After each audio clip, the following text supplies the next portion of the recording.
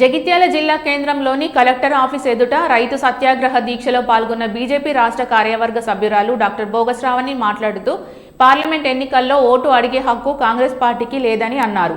రైతులకు 2 లక్షల రుణమాఫీ, కౌలు రైతుకు 15,000, రైతులకు 12,000 ఇచ్చి మద్దతు ధరతో పాటు 500 బోనస్ ఇచ్చాకే ఓట్లు అడగాలని అన్నారు.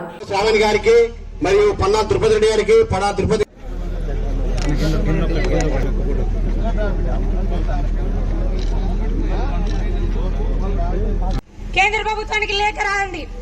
మాకు చేతనైతే లేదు, మేము చేతకాని రాష్ట్ర ప్రభుత్వం ఉన్నాము.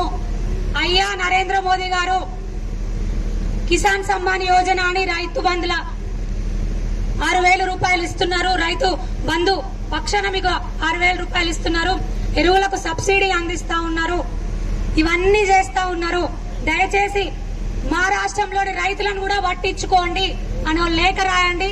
తప్పకుండా బరాబర్ ఖచ్చితంగా నరేంద్ర మోదీ గారు ఇక్కడ రైతులందరినీ కూడా ఆదుకుంటారు. అదేవిధంగా అసలు ఈ రోజున మనుషులందరికీ కూడా బీమా ఉన్న పరిస్థితి, కానీ పంటలకు బీమా లేని పరిస్థితి.